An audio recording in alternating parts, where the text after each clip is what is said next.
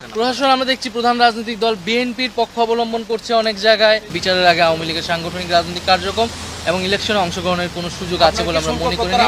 এই ধরনের একটি প্রশাসন যদি থাকে তাহলে এর আন্ডারে নির্বাচন করাটাও আসলে সম্ভব নয়। ফলে একটি লেভেল প্লেইং ফিল্ডের জন্য একটি নিরপেক্ষ প্রশাসন, আমলাতন্ত্র, পুলিশ আসলে আমাদেরকে নিশ্চিত করতে হবে। কি কি কাজ করে আমরা নির্বাচনের দিকে যেতে হবে, দৃশ্যমান বিচারের রোডম্যাপ দেওয়া এবং সংস্কার অর্থাৎ জুলাই সনদ কার্যকর করা ইত্যাদি ছাড়া আসলে নির্বাচনের সময় নিয়ে আসলে কথা বলে কোনো লাভ নেই।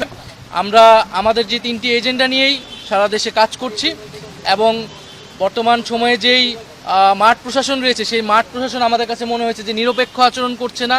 বিভিন্ন জায়গায় জাতীয় নাগরিক পার্টির নেতাকর্মীদের উপরে হামলা চলছে এবং সেই জায়গায় প্রশাসন আমরা নিশ্চুপ ভূমিকা পালন করতে দেখছি। সেই জায়গাগুলো আমরা বলেছি। প্রশাসন আমরা দেখছি প্রধান রাজনৈতিক দল বিএনপির পক্ষ অবলম্বন করছে অনেক জায়গায় এবং মাঠ পর্যায়ে যে ধরনের চাঁদাবাজি চলছে সেই জায়গায় প্রশাসন আসলে নিশ্চুপ ভূমিকা পালন করছে।